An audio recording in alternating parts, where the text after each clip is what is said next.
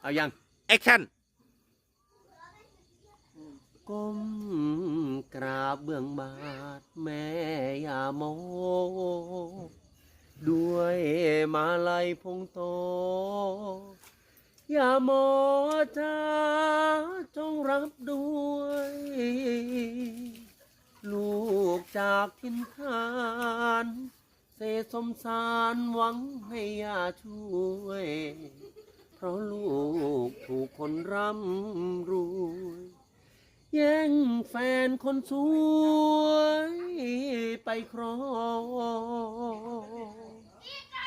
ลูกจากนครเมืองนอนทักษิณด้วยใจทวินหลงรักสาวถิ่นน้ำพองจากเมืองปากใต้หวังได้เป็นคู่เกี่ยวดองแต่แล้วสาวลำน้ำพอง